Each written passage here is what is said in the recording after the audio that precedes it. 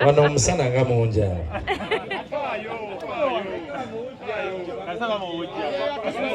Tumuwujjizaawo? Mubadde muteesa ki? Oba Henry yennyini ajawujje. Henry ogenda kuwujja no Prima nga tunoonya umbrella. Kusaba kw'abangi. Kusaba kw'abangi. Okay.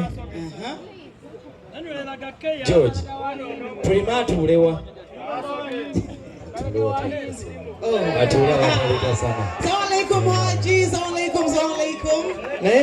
Salamu jidde mwe. Nze waliwo abantu abansobera.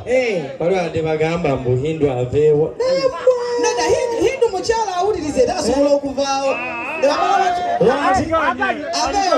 Thank you so much, Hindu. Yeah, thank you so much for standing for George. Yeah, I'd love to thank Hindu again. Thank you so much, Mr. Geosteady. Yes, I believe much to because maybe try to negotiate and being it your exes, of course, I know. So, never zanyaba muberirawo era onakoralero never zamkama chitulu seko. Because this is like God giving Geosteady a second chance. And I'm going to support it. Anything you want, please, I am here. Alright, yes, oli ku Geosteady nga bulijjo nateera njagala kubanga nkubuuzaako muganda wange gwe wenna atugoberera wano ku mukutu gwaffe gwa YouTube nti wasiibye otya ogamba otya kasubire oli bulungi. Nateera nkujjukiza nti nja kusaba muganda wange genda wansaawo o subscribinge o likinge ateera o sharinge still osobola o commentinga okusinzira ku video eno nga obakoze ki nga woba ojabe. Nateera nyongera okubanga nkujjukiza gwe wenna eyandyetaaza okubanga olanga naffe aba Geosteady osobola okubanga otunoonyako kanamba kaffe ak'essimu 0750312083 oba 0750312083 ojja kubanga osobola okubanga otufuna tujja kubanga tukulangira bizinesi yo osobola okubanga naawe ogikuba abantu mu maaso. Wano omusana nga munja.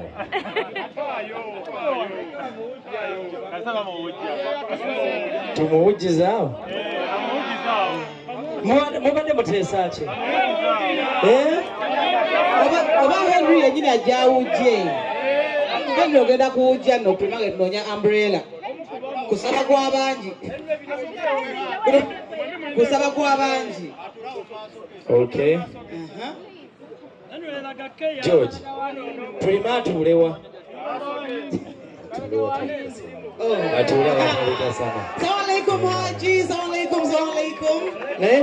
Salamu jidde mwe. Nze waliwo abantu abansobera. Waliwo ate bagamba mbu Hindu aveewo. Nada Hindu mukyala awulirize tasobola okuvaawo. Aganye. Tatera kikola Hindu. Lwaki osala omugambo? Tatera Hindu mukyala wampisa tagaana tayo. Okay. Now, ladies and gentlemen, the moment we've all been waiting for. Never sing about now, but we'll get the Prima Yakajayo, get him?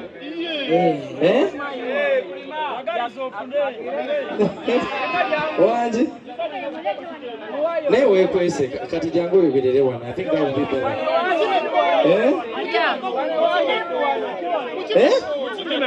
Aba, you won't make it. I think Henry Wambayachi.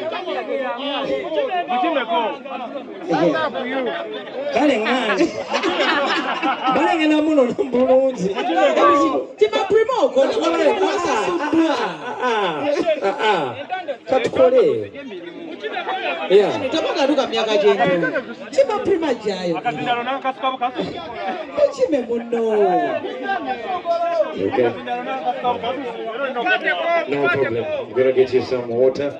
I gotta come and see. Henry, I want to be like Henry. Henry, nyiga mangu. Nyiga ate.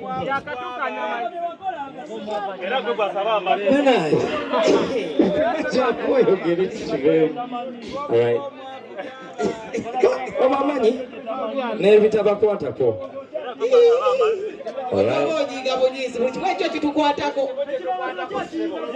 Can you keep quiet?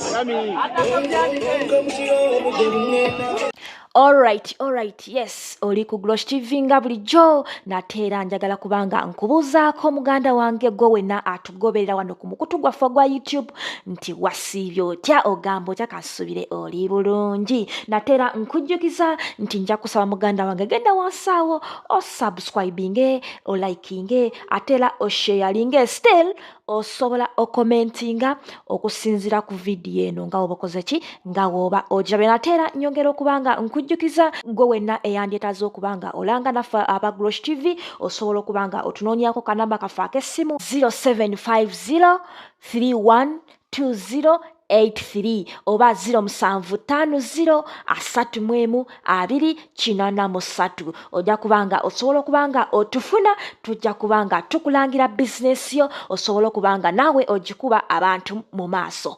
Ogende naye atubuulire what it means, eh? Yeah, everyone is. Good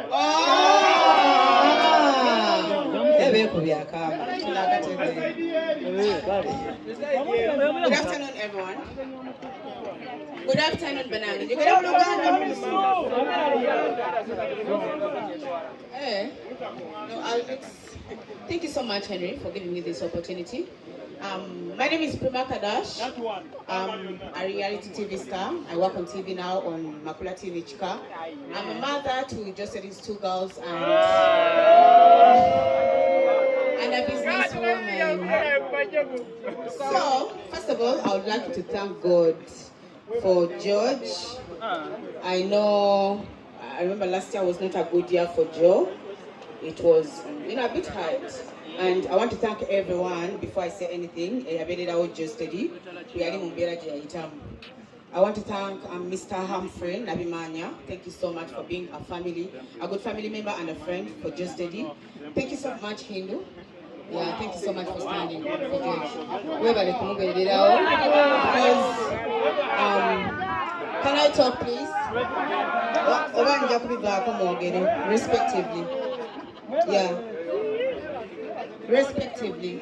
So please listen to my speech if you want me to talk. Over, I sit. Should I? Yeah. I'd like to thank him again. Thank you so much. Mr. Geosteady.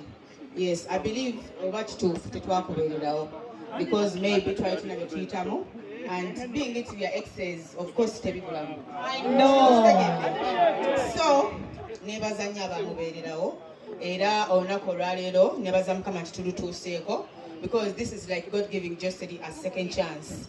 Means of physically, but I was there in prayer and I was always praying to God. We haven't had a second chance because I believe He gave me a second chance on Kampala Cream, and we're having a new season coming next month. We are filming. So God gave me a second chance, and no more man to a second chance. Please give it to the father of my children because I want the best for my kids. A second comeback, and this concert is not just a concert. We are celebrating Geosteady's life. We are celebrating Geosteady's comeback, and then Abagalana. If you have someone you love, family, your woman, your man, this is like a day for you because Geosteady portrays love. So the day is gonna be beautiful. Please come through. Abatanagula table, please buy tickets. Let's support George. Let's celebrate him because Abaimi Banji, Banji, they go into depression or and they don't get a comeback. So if God has given you this chance, please, we are grateful and we are here to support you. I'm supporting George because I am celebrating his comeback. Social media because I wanted people to buy his tickets. And I'm going to support it.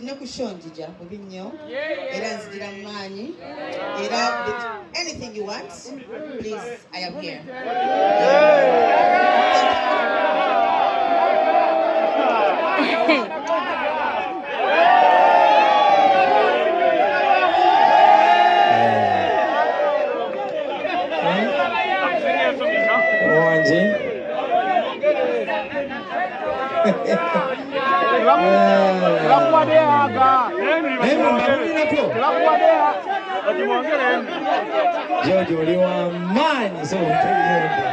Yeah. Okay, now seriously, thank you for that mature speech, yeah? Very mature speech from Prima. And we appreciate the support for being able to put everything aside and making sure that you are there for the person.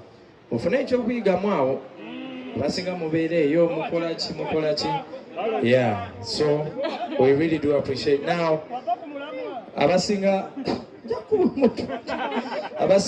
tumaze okwogera. I think it's only fair if we hear from